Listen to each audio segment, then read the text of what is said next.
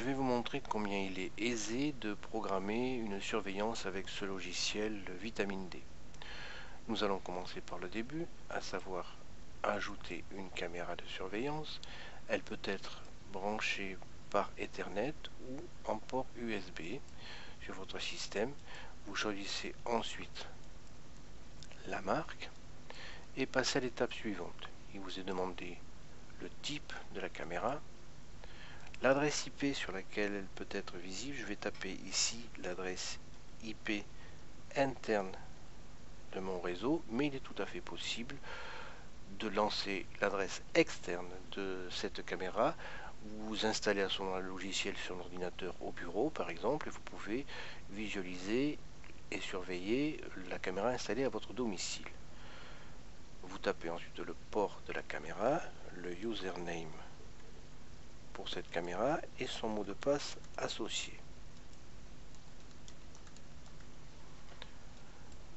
Vous passez à l'étape suivante. Si vous avez une image qui apparaît, c'est que tout s'est déroulé correctement. Il vous suffit de donner ensuite un nom pour cette caméra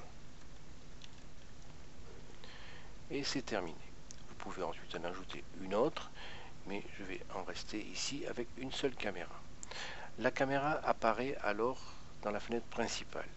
Vous avez des petites images qui correspondent à toutes les caméras que vous avez installées. Le bouton vert signifie que cette caméra est en surveillance. Vous pouvez arrêter la surveillance et la redémarrer à loisir. Vous choisissez ensuite quand est-ce que vous voulez que cette surveillance se fasse. Tous les jours de la semaine, les jours uniquement de semaine, les week-ends, le customiser, vous faites ce que vous souhaitez. Je vais laisser ici par défaut la surveillance tous les jours sur 24 heures. Vous choisissez ensuite les règles de détection de votre surveillance. La caméra choisie, ce que vous souhaitez surveiller, tous les objets. Je vais ici surveiller uniquement le passage de personnes. Vous pouvez ignorer certains objets qui font plus petits que 30 ou 40 pixels, enfin, etc. Vous avez à chaque fois à l'écran une idée de ce que représente la taille des pixels. Je vais choisir ignorer les objets plus petits que 40 pixels. Si le chat par exemple passe dans cette image, il ne sera pas détecté.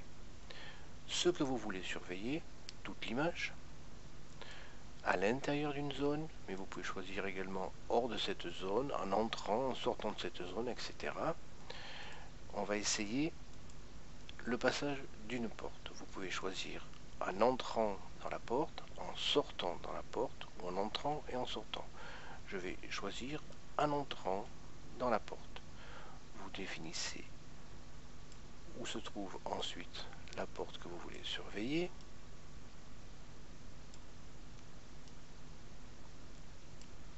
Vous pouvez définir cette zone comme vous le souhaitez. Vous pouvez rajouter des points, la modifier à loisir. Je vais ensuite choisir l'action à réaliser. Je vais demander de sauver les enregistrements sur un dossier de mon ordinateur qui a déjà été créé auparavant. Je suis obligé d'en créer un autre. Alors je vais en créer un autre.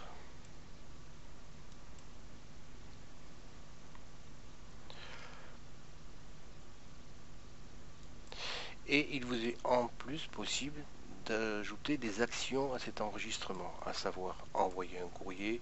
Vous définissez l'adresse mail qui doit recevoir le courrier, jouer un son sur l'ordinateur.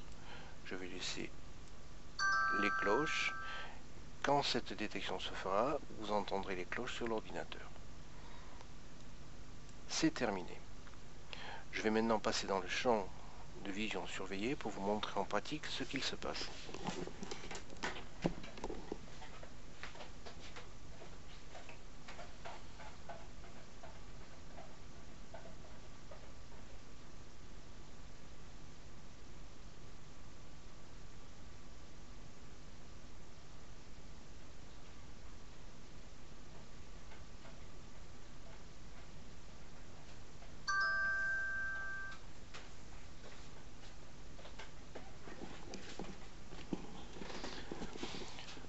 avez entendu le son d'une cloche correspondant à une intrusion programmée.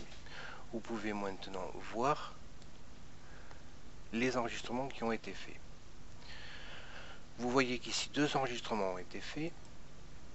Celui-là ne correspond pas à une règle définie et celui-là correspond à une règle définie.